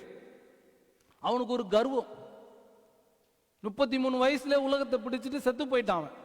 நம்ம அடிக்கடி தத்துவம் சொல்லுவோமே, அதே அலெக்சாண்டர் இன்னத்தை கொண்டு வந்தோம், இன்னத்தை கொண்டு போனோம், அந்த மாபெரும் அலெக்சாண்டரே சொல்லியிருக்கிறாருன்னு இருக்கிறதெல்லாம் எடுத்து உள்ள போட்டுப்போமே, அதே அலெக்சாண்டர் த கிரேட் தான் 33 வயசுல செத்து போயிட்டான். அவனுக்கு ஒரு கர்வம் இருந்தது. என்ன? உலகம் முழுவதும் எந்துதான், உலகம் முழுக்க என்ன பண்ணணும், ஒரே மொழி தான் பேசணும், ஒரே மொழி தான். நான் என் ராஜ்யம் இருக்கிற எல்லா இடத்துல என்ன பேசணும், ஒரே மொழி தான் பேசணும். இதுக்கும் அதுக்கும் என்ன சம்பந்தம் பார்ப்போம். கிரீக் மொழி தான், லத்தீன் மொழி தான் ஃபுல்லா உலகம் முழுவதும் பேசப்பட்டது. காலம் நிறைவேறின போது இப்ப இயேசு கிறிஸ்து பிறந்தார் இல்லையா, இப்ப இயேசு கிறிஸ்து எந்த மொழியில பேசினா, இப்போ மத்தேயு 5ஆம் அதிகாரம் எடுத்துக்கோங்களேன். எனக்கு ஒரு ஊழியக்காரர் சொல்லி கொடுத்தாரோ அதை நான் செய்யறேன். மத்தேயு 5ஆம் அதிகாரம், மலையின் மேல் ஏறி உட்கார்ந்து வாயை திறந்து ஃபர்ஸ்ட் இப்ப எந்த மொழியில பேசியிருக்கணும், இயேசு கிறிஸ்து அரேமிய மொழியில பேசியிருக்கணும். அதுக்கடுத்து என்ன மொழியில பேசியிருக்கணும், கிரேக்க மொழியில பேசியிருக்கணும். அதுக்கடுத்து என்ன மொழியில பேசியிருக்கணும், லத்தீன் மொழியில பேசியிருக்கணும். அதுக்கடுத்து நம்ம இன்னும் பல விதமான மொழிகள் பேசியிருக்கணும். ஏன்னா எல்லா இடத்துல இருந்து வந்திருந்தாங்க. இப்ப இயேசு கிறிஸ்துவோட நற்செய்தி உலகெங்கும் போகணும். அப்ப எல்லாத்துக்கும் என்ன வேணும், ஒரே மொழி வேணும். கிரேக்கர்கள் பிதாவாகிய தேவனை ஏற்றுக்கொள்ளல, மேசியாவாக வரப்போகிற இயேசு கிறிஸ்துவ நம்பவே இல்லை. ஆனா கர்த்தர் என்ன பண்ணாரு, உதவாத பாத்திரங்களை தனக்கென்று உபயோகப்படுத்திக் கொள்ளுகிறவர் தான் நம்முடைய ஆண்டவர். கிரேக்க மொழி உலகெங்கிலும் பரவினது. அலெக்சாண்டர் த கிரேட் எல்லாருக்கும் சொல்லி கொடுத்துட்டு போனது என்னன்னா கிரேக்க மொழி. நான் ஒரு சில ஆராய்ச்சிகளை படிச்சு பார்த்தேன். நான் தமிழ்நாட்டில் கூட கிரேக்க மொழியில தான் பேசியிருப்பாங்களாம். எப்படி? ஆட்சி மொழி இதுதான், வழக்கு, வீட்டு வழக்கு. நாங்க வீட்டுல இப்படிதான் பேசுவோம். சில பேர்லாம் பேசுற மொழியெல்லாம் பார்த்தீங்கன்னா நமக்கே தெரியாது, அப்படியே வாய்தான் பார்த்துட்டு இருப்போம். ஏன்னா அவங்களோட வட்டார வழக்குல பேசிட்டு இருப்பாங்க. அந்த மாதிரி எல்லா ஊர்ல இருந்து, இலங்கையிலையும் அதே தான், எல்லா ஊர்களிலும் என்ன மொழி தான் பேசினாங்களாம். ஏன் இந்தியா இலங்கைலாம் சொல்றேன்னா, எஸ்தர் புஸ்தகத்துல சொல்ல இந்து தேசம் வரைக்கும் அப்படின்னு போட்டிருக்கு பாருங்க. 127 நாடும் மேதிய பெர்ஷிய ராஜ்யத்துக்குள்ளதான். அதை அப்படியே பிடிச்சவர் யாரு, அலெக்சாண்டர் த கிரேட். பிடிச்சிட்டு ஒரு கர்வம், நான் தான் இந்த உலகத்துக்கே ராஜா, நான் சொல்றதா எல்லாரும் கேட்கணும்ட்டு என்ன பண்ணா, எல்லாரும் ஒரே மொழி பேசணும். அந்த ஒரே மொழி கொள்கை நமக்கு உதவினது. இயேசு பிறந்த நற்செய்தி எல்லாருக்கும் சொல்லப்படும். ஏன் கொஞ்ச நாள் கழிச்சு என்ன பண்ண போறாங்க, சீஷர்கள் உலகெங்கிலும் பரவ போறாங்க. அப்படி பரவி நமக்குள்ள வந்தவர் தான் யாரு, பரிசுத்த தோமா வந்தார். இந்தியாவில் வந்து என்ன பண்ணிருப்பார், வந்து கிரீக் மொழி பேசியிருந்தா அந்த கேரளாவில் இருக்கிறவங்களுக்கு என்ன புரிஞ்சிருக்கும், சாரி ஹீப்ரு மொழி பேசியிருந்தா அந்த கேரளாவில் இருக்கிறவங்க வாயிலே ஒரு கல் எடுத்து அடிச்சிருப்பாங்க. அவர் அப்படிதான் அடிச்சு கொண்டாங்க, ஈட்டி எரிஞ்சு கொண்டாங்க. தமிழ்நாட்டில் தான் இந்த முறை பிள்ளைங்களுக்கு கூட்டி போய் காமிச்சிட்டு வந்தாங்க, இந்த இடத்துல அவர் இறந்தாருன்னு சொல்லி. ஆனா அவர் வந்து என்ன மொழியில பேசியிருப்பாரு, பேசுனாதான் புரியும். சீஷர்கள் எல்லா இடத்துக்கும் பரவி போயிட்டு என்ன பண்ணணும், அந்த மொழியை பேச வேண்டும். அந்த மொழியினால் எல்லாரும் அறிந்து கொள்ள, இயேசுவே ரட்சகர் என்று அறிந்து கொள்ள வேண்டும் என்று காலம் நிறைவேறுகிறதற்காக காத்திருந்தார். அதனாலதான் சொன்ன, முன்னாடி வந்திருந்தா அது அநியாயமா இருந்திருக்கும். இப்ப இயேசு கிறிஸ்து வந்து எல்லாருக்கும் ஒரே மொழியை சொல்லிக் கொடுக்க வந்திருக்கிறார். மூன்றாவது, ஃபர்ஸ்ட் யூதர்கள், இரண்டாவது கிரேக்கர்கள், மூன்றாவது ரோமர்கள். இப்ப கிரீக்கோட அரசாட்சி முடியுது. ரோமர்கள் வந்து என்ன பண்ண, ரோமர் ஒரு சின்ன ஒரு கூட்டமா இருந்தாங்க. ஆனா நாளை பின்ன என்ன ஆயிட்டாங்க, வந்து கிரேக்க அரசை கவிழ்த்து போட்டார்கள். ஜூலியஸ் சீசர் அவர் என்ன பண்ண, முதல் ராஜாவாக வந்து அவர் தான் இந்த 25ஆம் தேதியை கொண்டாட ஆரம்பிச்சாங்க. அவங்க தான் என்ன பண்ணாங்க, டிசம்பர் மாதம் 25ஆம் தேதியை அவங்க வேற எதுக்கோ கொண்டாடினாங்க. அது நமக்காக சில பின்னாடி இருக்குது. ஆனால் இயேசு நமக்காக பிறந்தார். இப்போ ரோமர்கள் வந்தாங்க. இப்போ ரோமர்கள் எதுக்காக வரணும், எதற்காக காலம் நிறைவேறணும்னா, உங்களுக்கு ஆங்கிலத்தில் ஒரு பழமொழி இருக்கு தெரியுமா, ப்ராவர்ப் இருக்கு, all road leads to Rome. உலகம் முழுவதும் என்ன பண்ணாங்க, உலகத்தில் எந்த இடத்துல இருந்தாலும் ரோமுக்கு வரணுன்றதுக்காக ரோம்ல இருந்து ரோடு போட ஆரம்பிச்சாங்க. இன்னைக்கும் கூட டிராவல் பண்றவங்களுக்கு தெரியும், கூட்டிட்டு போயிட்டு என்ன காட்டுவாங்கன்னா எக்ஸிபிஷன் மாதிரி, இது ரோமன்ஸ் போட்ட ரோடு. இன்னும் அது நல்லா இருக்குது, நம்மள மாதிரிலாம் இல்லை. நம்மளோட கம்யூனிலலாம் என்ன பண்றாங்க, 6 மாசத்துக்கு வெட்டி தோண்டி எடுத்துட்டு திருப்பி என்ன பண்றாங்க, அந்த மாதிரி இல்லை ரோமன்ஸ். அவங்க போட்டது இன்னும் கூட இருக்கு. அவர்கள் போய் உலகம் முழுவதும் ரோடு போட்டாங்க. உலகம் முழுவதும் போய் மத்தேயு 28ஆம் அதிகாரம் கடைசியில் சொல்றது, நீங்கள் சகல தேசத்துக்கும் போய் என்ன சொல்றாரு, போய் சீஷர்களாகி என் நாமத்தை சொல்லி சீஷர்களாகி என் நாமத்தினால ஞானஸ்நானம் கொடுங்கள் என்று சொன்னார் இல்லையா. போகணும். இப்ப இவங்க எல்லாம் போகணுன்றதுக்காக காலம் நிறைவேறுகிறதற்காக காத்துட்டு இருந்தார். இது கூட எனக்கு பெருசா தெரியல, எப்படியோ கர்த்தர் காத்துலயோ மழையிலயோ எப்படியோ போக வச்சிருப்பார் இல்லையா. காலம் நிறைவேறுக எனக்கு இது ஒரு பெரிய வேல்யூட் பாயிண்டா எனக்கு தெரியல. ஆனா இதுவும் ஒரு உண்மையான ஒரு காரணம். இன்னும் ஒரு முக்கியமான காரணம் ஒன்று சொல்றேங்க. 4 காரியங்கள் இருக்கு, அதுல 2 மாத்திரம் சொல்றேன். காலம் நிறைவேறின போது இந்த ரோமர்கள் வருகிற வரைக்கும் மரண தண்டனை வேறு விதமான மரண தண்டனை. என்ன பண்ணுவாங்க, கல்லால் அடிச்சு கொள்வாங்க. அது பழமையான ஒரு காரியம். ஈட்டி எடுத்து குத்துவாங்க, தூரத்துல இருந்து இது பண்ணுவாங்க. கல்லால் அடிச்சு கொள்றது தான் ஒரு பெரிய ஒரு காமன் டெத் சென்டென்ஸா இருந்தது. ரோமர்கள் தான் என்ன பண்ணாங்க, சிலுவையில் அறைகிற மரணத்தை கொண்டு வந்தாங்க. அப்போ ரோமர்கள் வர வரைக்கும் கர்த்தர் காத்திருந்தார். சிலுவை மரணம் தான் நேர்த்தியான மரணம். ஏன்னா மோசேக்கு என்ன சொல்லிட்டார், மரத்துல தூக்கப்பட்டவன் எவனும் சபிக்கப்பட்டவன் என்று எழுதியிருக்கிற. இப்ப மரத்துல சாபமானவர் தூக்கப்படணும். நான் அன்னைக்கே ஞாயிற்றுக்கிழமை பிரசங்கத்துல சொன்ன 3 விதமான சிலுவை இருக்கிறது. நமக்கெல்லாம் தெரிஞ்ச ஒரே சிலுவை என்ன, இப்படி நேரா ஒண்ணு, இப்படி ஒண்ணு, இப்படி இருக்கிற மாதிரி இல்லையா. அதுவும் இல்லாம ஒய் வடிவத்துல ஒரு சிலுவை இருக்குது. இன்னும் ஒன்று நேர ஒரே ஒரு கம்பம், அதையும் கூட சிலுவைன்னு தான் சொல்லுவாங்க. இப்படிலாம் தான் மரண தண்டனை நிறைவேற்றுவாங்க. இந்த கம்பத்துல நிக்க வச்சு இப்படி பண்ணும்போது என்ன பண்ணுவாங்க, கம்பம் இருக்கும், கையை 2 இடத்துல வச்சு ஆணியை வச்சு அடிப்பாங்க. ஒய்யில் இப்படி 2 கையும் இப்படி தூக்கி வச்சு காலை இப்படி வச்சு அடிப்பாங்க. எதுவா இருக்கட்டும், நம்ம எல்லாரும் நம்புற அந்த இப்படி அந்த கிராஸ் அதுவாகவே இருக்கட்டும், நம்புவோமே. நம்ம அதெல்லாம் நம்பி வந்துட்டோம். அந்த சிலுவையில தான் என்ன பண்ண முடியும், இயேசு கிறிஸ்துவோட பலி 5 பலிகள் இருக்கு. உங்களுக்கு ஜோக் சொல்ல நினைச்சேன், ஆனால் பரவாயில்ல, கர்த்தர் அந்த ஜோக் அனுமதிக்கல. 5 பலிகள் இருக்குது. 5 பலிகளும் லேவியராகமத்தில் 1, 2, 3, 4, 5ன்னு பார்க்கலாம். அந்த 5 பலிகளுமே இயேசு கிறிஸ்து நிறைவேற்றணும். அந்த 5 பலிகளோட எல்லா தாற்பயம் என்னன்னா, அந்த கடைசி சொட்டு ரத்தம் வரையிலும் வெளியில வரணும். என்னடா பிறந்த நாள் அதுவும் சாவை பத்தி பேசுறீங்க, இயேசு பிறந்தது அதுக்காக தானே. அந்த காலம் நிறைவேறின போது என்கிற முக்கியமான காரணம் இதுதான். அவரோட உடம்புல இருந்து கடைசி அந்த மிருகத்தோட கடைசி சொட்டு ரத்தம் வரையில என்ன பண்ணுவாங்க, அந்த பலிபீடத்து மேல கொட்ட வைப்பாங்க. அதே போல இயேசு கிறிஸ்துவோட மரணம் கல்லால் அடிச்சு கொண்டு இருந்தா என்ன இருக்காது, தலையை வெட்டி கொண்டு இருந்தா தலையில இருக்க ரத்தம் மட்டும்தான் வெளியில போயிடும், காலில் கையில இருக்க ரத்தம்லாம் வெளியில வந்திருக்காது. அப்ப அந்த மரணம் அந்த பலி நிறைவேறுவதற்காக காத்திருந்தார். காலம் நிறைவேறின போது சிலுவையில் அறைந்தார்கள்.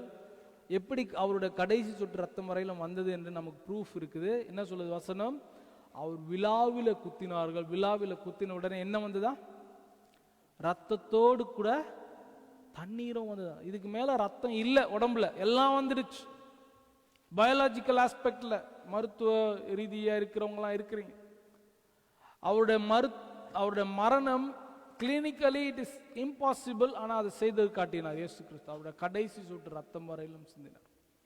காலம் நிறைவேறின போது இந்த காலங்கள்லாம் நிறைவேறின இந்த 3 விதமான மக்கள், யூதர்கள், கிரேக்கர்கள், ரோமர், இவங்க யாருமே இயேசு ஏற்றுக்கொண்டாங்களான்னா ஏற்றுக்கொள்ளலை. ஆனால் ஏற்றுக்கொள்ளாதவர்களை கர்த்தர் தமக்காக பயன்படுத்தி கொண்டார். எல்லா இடத்துக்கும் போய் சொல்லி மேசியான்ற ஒருத்தர் வருவார்னு சொல்லுகிறதற்கு யூதர்கள், எல்லாருக்கும் ஒரே மொழி கொள்கையினால இந்த புதிய ஏற்பாடு எழுதப்பட்ட மொழி எந்த மொழினா கிரேக்க மொழியில் எழுதப்பட்டு, பழைய ஏற்பாடு எபிரேய மொழி, புதிய ஏற்பாடு கிரேக்க மொழி. கிரேக்க மொழியில் எழுதப்பட்டு எல்லாருக்கும் போய் சேரணுன்றதுக்காக காலம் நிறைவேறுவதற்காக அந்த கிரேக்கர்களை பயன்படுத்தி கொண்டார்.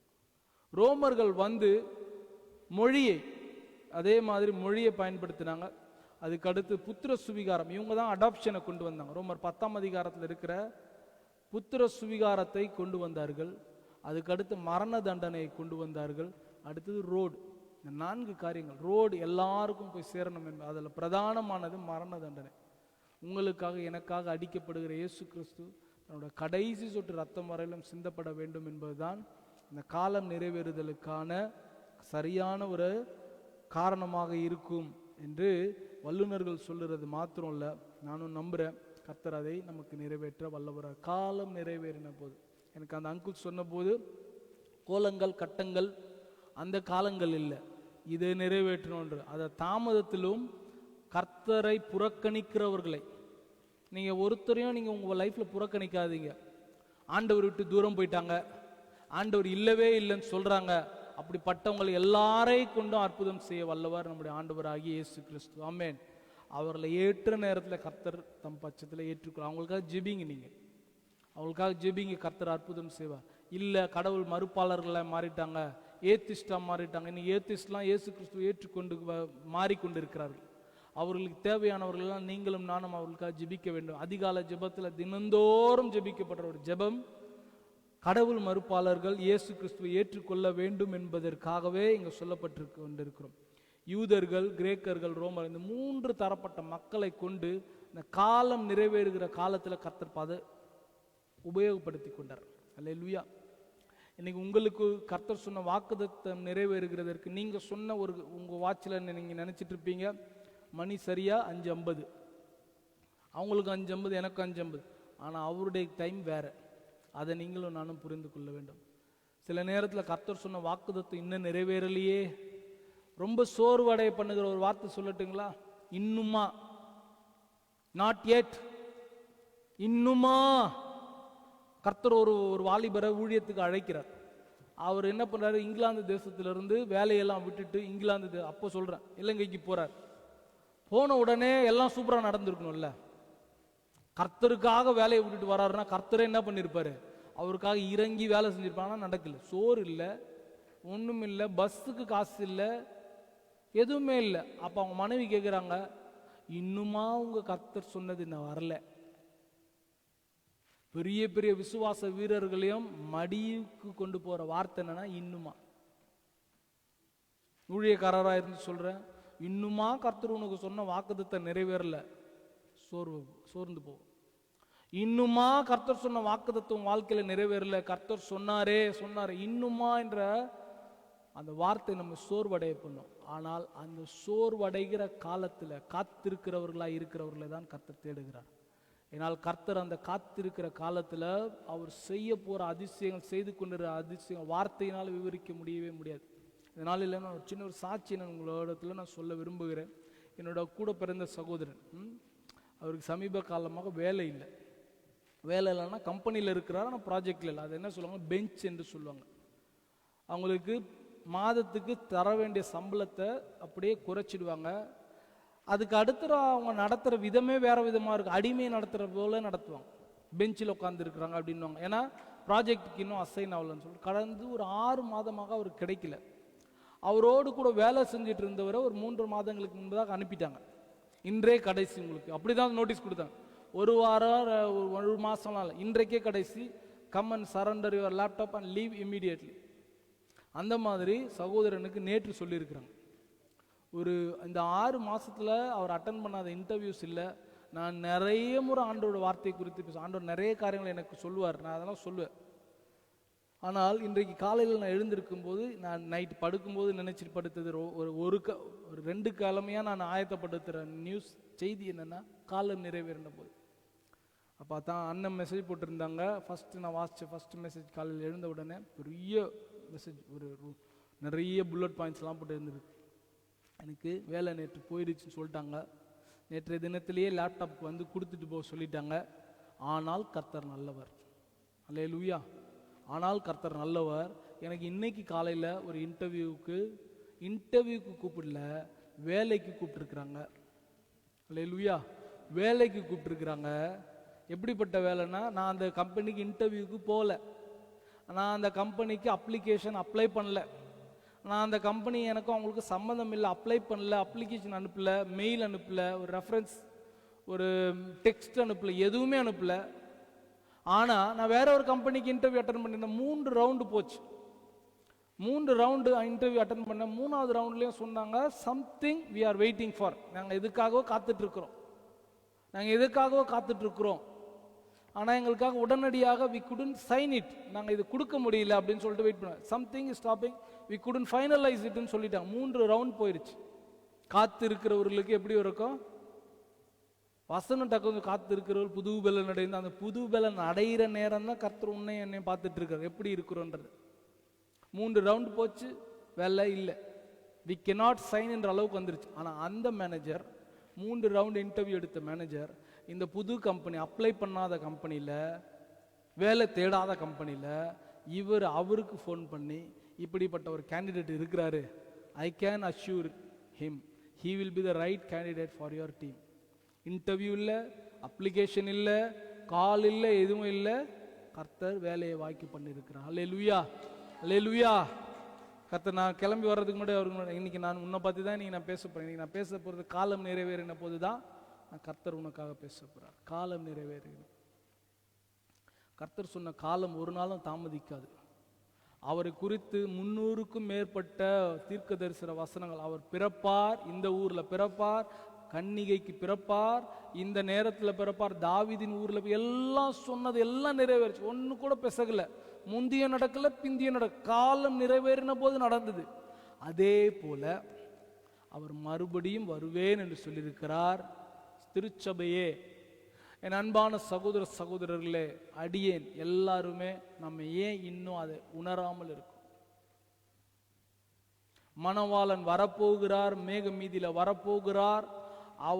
அவர் எதிர்பார்க்கிற கனி அனுபவங்கள் நமக்குள்ளே இருக்க வேண்டும். மணவாட்டியாகிய நாம் அலங்கரிக்கப்பட்டிருக்க வேண்டும் என்று சொல்லப்பட்ட தீர்க்க தரிசனங்கள் இன்னும் நிறைவேறலை என்று ஏன் திருச்சபைக்குள்ள ஏன் இந்த தாமதம்? ஏன் இந்த ஒரு அலட்சிய போக்கு? ஆண்டவரை தேடுகிற காரியத்தில், திருச்சபையோ ஆண்டவரை தேடுகிற காரியத்திலோ இன்னைக்கு மெத்தனமா இருக்கிறோம். காலம் நிறைவேற போது கன்னிகளின் வயத்தில் கர்த்தராகிய இயேசு கிறிஸ்து வந்தார், சொன்னது எல்லாம் நடந்தது. இன்னைக்கு உங்களுக்கும் திருச்சபையில் ஆண்டவராகிய இயேசு கிறிஸ்து பிறப்பின் நற்செய்தியாக சொல்லுகிற 2 செய்திகளை நான் சொல்லி முடிக்க போறேன். அவர் சொல்லியிருக்கிறார், உன் வாழ்க்கையில நிறைவேற்றுவார். அல்லேலூயா. அது யாரா இருக்கட்டும், நீ எதிர்பார்க்கிறவங்களை கொண்டு இல்லை, எதிர்பாராதவங்களை கொண்டு கர்த்தர் நடத்துவார். நான் நினைச்சே பார்க்கல, அதான் சொன்ன சாட்சி. நான் அப்ளை பண்ணவே இல்லை, நான் வேலை தேடவே இல்லை, அவருக்கு எனக்கு யாருக்கும் சம்பந்தமே இல்லை, கர்த்தர் நடத்துவார். திரை மறைவில் கர்த்தர் செய்கிற அற்புதத்துக்கு காத்திருக்கிறீங்களா? கர்த்தர் உங்களுக்கு கட்டாயம் செய்வார். அல்லேலூயா. உங்களுக்காகவே கர்த்தர் காரியங்கள், யாரை கொண்டு, அதாவது யூதன், கிரேக்கன், ரோமன் 3 பேருமே மேசியாவாக இயேசு கிறிஸ்து ஏற்றுக்கொள்ளவே இல்லை.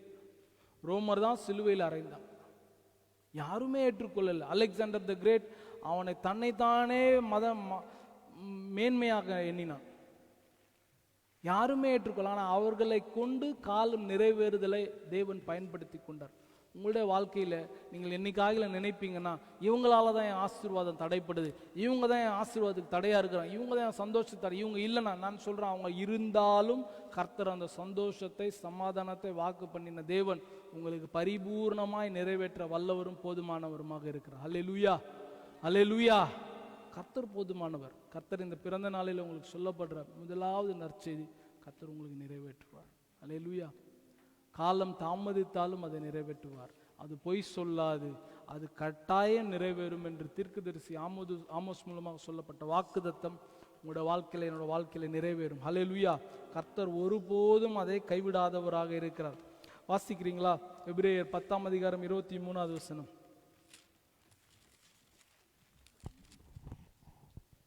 அல்லாமலும் நம்முடைய நம்பிக்கையை அறிக்கையிடுகிறதில் அசைவில்லாமல் உறுதியாய் இருக்க கடவோம். வாக்குத்தத்தம் பண்ணினவர் உண்மையுள்ளவராய் இருக்கிறாரே. அல்லேலூயா. வாக்குத்தத்தம் பண்ணினவர் உண்மையுள்ளவராக இருக்கிறார். நீங்கள் எதிர்பார்த்திருக்கிற முடிவுகளை நான் அறிவேன், அவைகள் தீமைக்கு அல்ல, அவர்கள் நன்மைகளுக்காகவே எரேமியா 29:11 சொல்லுகிறது. எரேமியா 33:3 சொல்லுகிறபடி, எபேசியர் 1:3-4 சொல்லுகிறபடி, நினைக்கிறதற்கும் ஜெபிக்கிறதற்கும் அதிகமாக செய்கிறவர் நம்முடைய ஆண்டவர். ஹல்லேலூயா, ஹல்லேலூயா. அவர் சொன்னார், வந்தார். அவர் சொன்னார், மறுபடியும் வரப்போறார். அலட்சியமாக நிர்விசாரமாக இருக்காதீங்க. நிர்விசாரமாக கனிகளை காட்டுறதுக்கு கொடுக்கிறதுக்கு ஆயத்தமா இருங்க. அவர் வந்து உங்களை பார்க்கும்போது கனியற்றவர்களா இருக்காதீங்க. கனி இருக்கிறது போல காண்பிக்காதீங்க. நான் அப்படி செய்வேன், ஊழியம் எப்படி செய்வேன். கர்த்தர் அன்பு இருக்குதா, சந்தோஷம் இருக்குதா, சமாதானம் இருக்கு, கனியற்ற நிலையில் இருக்காதீங்க என்று வேதம் நமக்கு எச்சரிக்கிறது. ஆகையால் அவர் வரப்போகிறார். அவர் வருகையிலே அவர் நினைத்திருக்கிற காரியங்கள் நிறைவேறும். சபை நம்ம ஆயத்தமாக இருப்போம். சொன்ன வாக்குத்தத்தங்கள் எல்லாம் நிறைவேறி இருக்கிறது. நமக்கு இதுவும் கூட நிறைவேறும். ஹல்லேலூயா. ஒரே ஒரு வசனத்தை சொல்லி நான் முடிக்க விரும்புகிறேன். ஏசாயாவின் தீர்க்கதரிசன புஸ்தகம் 43ஆம் அதிகாரம். ஏசாயாவின் தீர்க்கதரிசன புஸ்தகம் 43ஆம் அதிகாரம் 11வது வசனம்.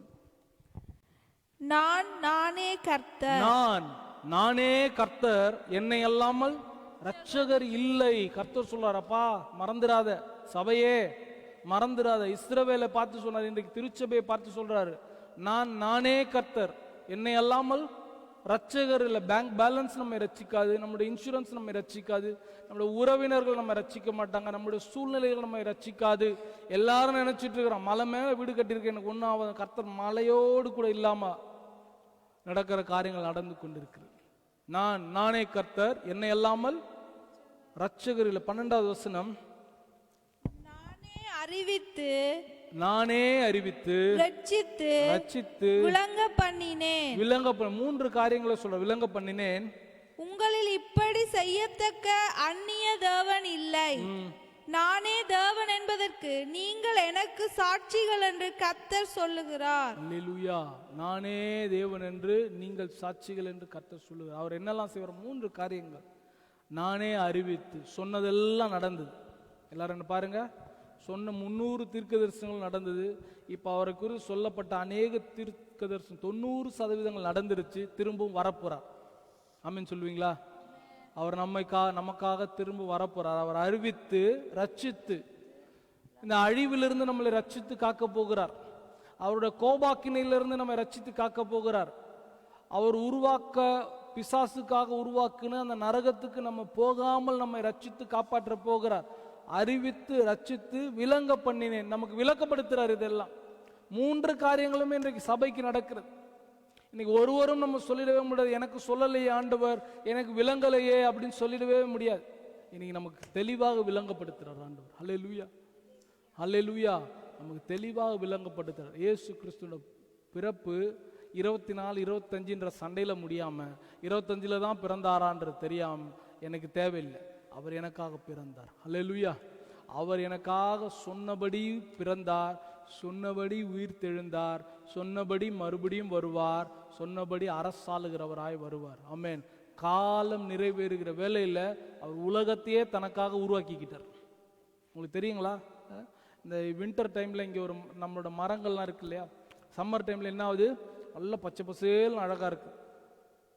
செப்டம்பர் அக்டோபர் வந்த உடனே மஞ்சள் பழுப்பு ஆரஞ்சு அதுவும் அழகா வந்து அப்படி இலைகள்லாம் கொட்டி முடிஞ்சிடுது. ஆனால் மறுபடியுமாக மார்ச் மாதத்துல வளருது. இது எப்படி என்று ஆரம்ப காலத்துல விஞ்ஞானிகள் கண்டுபிடிச்சாங்களாம், ஆராய்ந்து பார்த்தாங்களாம். இது எப்படி செத்து போன மாதிரி இருக்கு, சாத்தியமே இல்லாத இருக்கு இந்த மரம், உயிர் இருக்கிற மாதிரியே தெரில, செத்து போன நிலைமையில இருக்குது இந்த மரம். ஆனா மார்ச் மாதம் வந்தா, வசந்த காலம் வந்தா மறுபடியும் துளிர் விடுகிறது, மறுபடியும் இலை அப்படியே அழகா பூக்கிறது என்று கண்டுபிடிச்சாங்க. அதை ஆராய்ந்து பார்த்தாங்க. அப்பதான் கண்டுபிடிச்சாங்களாம், அந்த குளிர்ந்த வேலையில் ஒன்றுமே நடக்காத லல் பீரியட், குவைட் பீரியட்ல தான் என்ன பண்ணுதான், அந்த மரம் தன்னை உருவாக்கி கொள்ளுகிறதா, அந்த மரங்கள் தன்னை ஆயத்தப்படுத்தி கொள்ளுகிறதா, அந்த மரங்கள் தன்னை அடுத்து ஒரு வசந்த காலம் வரப்போகிறது என்கிறத எதிர்நோக்கி தன்னைத்தானே ஆயத்தப்படுத்தி கொள்ளுகிறதா. மரங்களுக்கே அவ்வளோ விசேஷமானவர்களாக படைப்பார் என்றால் ஆண்டவர் நம்ம எவ்வளோ விசேஷமானவர்களாக படைத்திருக்கிறார். நம்ம என்ன பண்ணணும்? இந்த காலத்துல நம்மை நாமளே கர்த்தருக்குள்ளாக பலப்படுத்தி கொள்ள வேண்டும். நம்மை நாமே கர்த்தருக்குள்ளாக சீர்படுத்தி கொள்ள வேண்டும். நம்மை நாமே கர்த்தருக்குள்ளாக வசந்த காலத்துக்கு நேராக ஆயத்தப்படுத்தி கொள்ள வேண்டும். அதுதான் நல்ல கிறிஸ்துமஸ். அல்லேலூயா, அல்லேலூயா. காலம் நிறைவேறின போது ஜோசியம் இல்லை, அந்த காலம் இல்லை, இந்த காலம் மொழி ஒன்றா வரணும். தேசங்களுக்கு எல்லாம் ஆண்டோட வார்த்தை எல்லா இடத்துக்கும் கொண்டு போகப்படணும். நம்முடைய தேசங்களுக்கெல்லாம் வரணும் என்கிறது கர்த்தர் வெயிட் பண்ணிட்டு இருந்தார். மரண தண்டனைக்காக வெயிட் பண்ணிட்டு இருந்தார். புத்திர சுவிகாரம் நிறைவேற்றப்பட வேண்டும் என்பதற்காக வெயிட் பண்ணிட்டு இருந்தார். இவைகள் எல்லாம் நிறைவேறுகிறதற்காக தான் அது அப்போஸ்தலன் பவுலை கொண்டு ஆவியானவர் எழுத சொல்றார். காலம் நிறைவேறின போது. அவர் முந்தி வந்திருந்தா அநியாயமா இருந்திருக்கும் நமக்கெல்லாம். அவர் இதுக்கப்புறம் பிந்தி வந்திருந்தா அதுவும் அநியாயமா இருந்திருக்கும். கரெக்டான நேரத்தில் வந்தார் இயேசு கிறிஸ்து. அதின் காலத்தில் நேர்த்தியாக செய்கிறவரை தான் நீங்களும் நானும் ஆராதிக்கிறோம். ஆகையால் அவரை எழுந்து நின்று ஆராதித்து ஒப்பு கொடுப்போம். கர்த்தராகிய தேவன் எனக்காக பிறந்தார். அவர் எனக்காக தாவீதின் ஊரிலே உலக இரட்சகராக எனக்காக பிறந்தார். அவர் அரசனாக வராமல் அரசனுடைய மகனாக அடையாளமாக வந்து என்னை மீட்கும்படியாக, சொல்லுவோமா, அவர் என்னை மீட்கும்படியாக வந்தார். ஹல்லேலூயா, ஹல்லேலூயா. அவர் என்னை மீட்கும்படியாக வந்தார். அவர் என்னை ரட்சிக்கும்படியாக வந்தார். அவர் எனக்காகவே பிறந்தார். அவர் எனக்காகவே பிறந்தார் என்று சொல்லி தேவனிடத்தில் ஒப்புக் கொடுப்போம். ஹல்லேலூயா, ஹல்லேலூயா. அவர் மாட்டு தொழுவத்தை தெரிந்தெடுத்து அவர் நமக்காக ஒரு அடிமையின் ரூபமாக ஒப்பு கொடுத்தார். இந்த நாளில் அதை நினைவு கூறலாமா? கொஞ்ச நேரம் நினைவு கூர்ந்து உங்களுடைய இருதயத்தை தேவனிடத்தில் சாய்ந்து ஒப்பு கொடுப்பா. எனக்காக இவ்வளவு காரியங்கள் செய்திருக்கிறீங்களாப்பா, எனக்காக இவ்வளவு காரியங்களை நீங்கள் திரைமறைவில் நடப்பித்திருக்கிறீங்களே, எனக்காக இப்போ நீங்கள் நடந்து கொண்டிருக்கிறீங்களே, சோர்ந்து போகாதீங்க அன்பான பிள்ளைகளே, சோர்ந்து போகாதீங்க. கர்த்தர் சொன்ன வாக்குத்தத்தம் தாமதிக்குது என்று சோர்ந்து போகாதீங்க. அது தாமதித்தாலும் நிறைவேறும். கர்த்தருக்காக காத்திருக்கிறவர்கள் புதுபெலன் அடைந்து கழுகுகளைப் போல உயர பறந்து சிறகுகள் அடைத்து உயர பறப்பார்கள். அவர்கள் ஓடினாலும் இளைப்படையார்கள், அவர் நடந்தாலும் சோர்வடையார்கள். கர்த்தருடைய வாக்குத்தத்தம் தாமதிக்குது என்று தயவு செய்து சோர்ந்து போகாதிருங்க. கர்த்தருடைய வாக்குத்தத்தத்துக்காக காத்திருங்க. அந்த காத்திருக்கிற காலத்தில் கர்த்தர் ராஜ்யங்களை மாற்றுவார். கர்த்தர் எல்லாவற்றையும் மாற்ற வல்லவராக இருக்கிறார். அவர் அதற்காக தான் இந்த காலத்தில் எனக்காக பிறந்தார். சொல்லுவோமா, அவர் அந்த காலத்தில் எனக்காக பிறந்தார். ஹல்லேலூயா, ஹல்லேலூயா, ஹல்லேலூயா, ஹல்லேலூயா. கர்த்தர் எனக்காகவே இப்படியாக பிறந்தார்.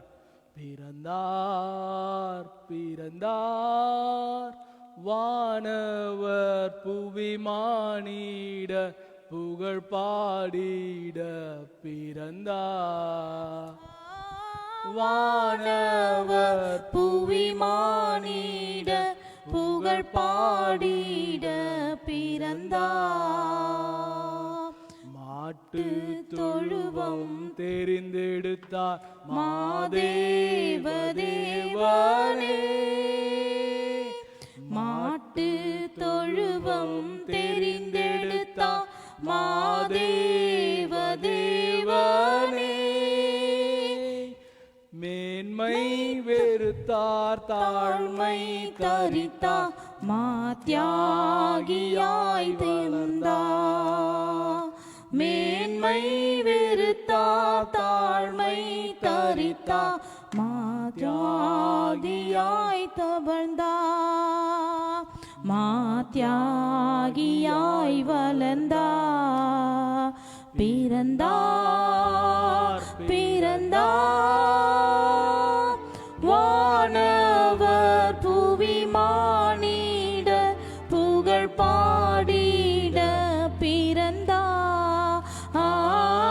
வானவர் புவி மானிட புகழ் பாடிட பிறந்தார். நன்றி தகப்பனே, எங்களுக்காக பிறந்தீர், எங்களுக்காகவே மறிக்க வந்தீங்கப்பா. உமக்கு நன்றி தகப்பனே. உங்களை வெறுமையாய் தாழ்த்து உங்கள் திருப்பாதத்தில் படைக்கிறோம். காலம் நிறைவேறின போது எங்களுக்காக காலங்களை நிறைவேற்ற உம்மால புறக்கணிக்கப்படாதபடிக்கு உம்மை புறக்கணித்தவர்களை கொண்டு அற்புதம் செய்தவர் அப்பா தகப்பனே. நீங்கள் கர்த்தர் எல்லாவற்றையும் செய்து முடித்தவர். உங்கள் திருப்பாதத்தில் எங்களை ஒப்புக் கொடுக்கிறோம். எங்களோட வாழ்க்கையில அப்பா இதை உணர்ந்து கர்த்தர் காலங்களை கரத்தில் வைத்திருக்கிறவர், எங்களை கொண்டு அற்புதம் செய்கிறவர் என்று சொல்லி கர்த்தர் காலத்தில் அந்த காலத்துக்கு காத்திருக்கிறவர்களை கர்த்தர் கனம் பண்றீங்க. அந்த காலங்களுக்காக காத்திருக்கிற விசுவாசத்தோடு காத்திருக்கிறவர்களை கர்த்தர் கனப்படுத்துறீங்க. நாங்களும் கனியுள்ளவர்களாக வருகையில பங்கு பெறும்படியாக எங்களை ஒப்புக் கொடுக்கிறோம். எங்களை வெறுமையாய் தாழ்த்து மற்றும் முழுவதுமா ஒப்புக் கொடுக்கிறோம். ரட்சகரும் மீட்பருமா இருக்கிற இயேசு கிறிஸ்துவின் இன்ப நாமத்தில் ஒப்புக் கொடுக்கிறோம் நல்ல பிதாவே. ஆமென் ஆமென். ஹல்லேலூயா ஹல்லேலூயா. அப்படியே ஒரு ஜெபிப்போம். வார்த்தையின்படியாகவே காலங்கள் நிறைவேறினது என்று விசுவாசத்தோடு அவர் வருகைக்காக ஆயத்தப்படுவோம். கர்த்தர் நம்மை வழி நடத்துவார். கர்த்தர் நம்மோடு கூட இருப்பார். 14 நீங்க இதுக்காக ஜெபிங்க. ஒப்பு கொடுத்து வருவோம்.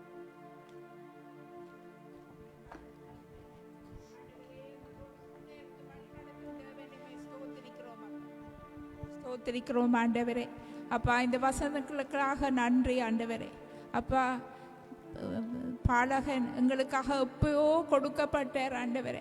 அப்பா நீங்க எப்பயோ தீர்மானம் செய்தது ஒவ்வொரு பேரும் காத்திருந்தார்கள் ஆண்டவரே. மேசியா வேறு மேசியா வேறு என்று. ஆனால் காலம் நிறைவேறின போது எல்லாமே சரியாக வந்த போது நீங்க வந்திறங்கினீங்கப்பா ஆண்டவரே. ஒவ்வொன்றையும் தெளிவாக எங்களுக்கு சொல்லி தந்த தேவனே, எங்களுடைய வாழ்க்கையிலும் ஆண்டவரே காலம் நிறைவேறுவதற்காக நீங்கள் காத்திருக்கிறீங்கன்றதை ஆண்டவரே நாங்கள் அவசரப்படாமல் எங்கள் காலங்களை நாங்கள் திட்டமிடாமல் உங்களுடைய பாதத்தில் காத்திருக்க வேண்டும் என்று எங்களுக்கு சொல்லி தந்த தேவனே நன்றி அப்பா. நன்றி ஆண்டவரே. இந்த கிறிஸ்துமஸ் செய்தியை எங்கள் இருதயத்தில் போட்ட தேவனே நன்றி அப்பா ஆண்டவரே. ஒவ்வொரு காரியத்திலும் ஆண்டவரே காலம் நிறைவேறுவதற்காக நாங்கள் காத்திருக்க உங்களுடைய பாதத்தில் காத்திருக்க எங்களோட கூட இருந்து பரிசுத்த ஆவியானவரே உதவி செய்யுங்கப்பா. இந்த செய்திக்காக நன்றி ஆண்டவரே. இதை அப்படியே இருதயத்தில் எடுத்துக்கொண்டு போய் ஆண்டவரே நாங்கள் அதை அசை போட்டு எங்களுக்காக எடுத்துக்கொள்ள கிருபை செய்யுங்க ஆண்டவரே. நன்றி ஆண்டவரே. இது மட்டும் கூட இருந்து வழி நடத்தியது போல இனி வரும் நாட்களிலும் இன்னும் ஆண்டவரே உம்மை புரிந்து கொண்டு நடக்கத்தக்கதாக எங்களோடு கூட இருந்து வழி நடத்த வேண்டும் என்று இயேசு கிறிஸ்துவின் நாமத்தில் கேட்கிறேன் நல்ல தகப்பனே. ஆமென் ஆமென்.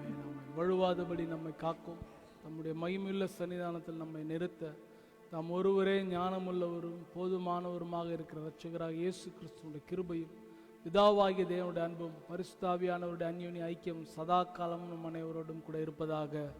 ஆமென் ஆமென் ஆமென் ஆமென். எல்லாரும் சேர்ந்து ஒரு மனதாய் சொல்லுவோம். என் ஆத்துமாவே கர்த்தரையே ஸ்தோத்திரி, என் முழு உள்ளமே அவருடைய பரிசுத்த நாமத்தையே ஸ்தோத்திரி. என் ஆத்துமாவே கர்த்தரையே ஸ்தோத்திரி, அவர் செய்த சகல உபகாரங்களே மறவாதே. ஆமென். கர்த்தர் நமக்காக யாவற்றையும் செய்து முடித்தார். கர்த்தர் சபையை கூட பெருக பண்ணுவார். சபையிலே அற்புதங்களையும் அதிசயங்களையும் காணச் செய்வார். அல்லேலூயா அல்லேலூயா. ஆண்டவராகிய இயேசு கிறிஸ்துவின் இனிய பிறந்த நாள் நல்வாழ்த்துக்கள் உங்கள் யாவருக்கும். உங்களுடைய வீட்டில் கிறிஸ்து ஆண்டவர் நிறைவானவராக இருப்பார் என்று சொல்லி நான் வாழ்த்தி ஆசீர்வதிக்கிறேன். கர்த்தர் உங்களோடு கூட இருப்பார்.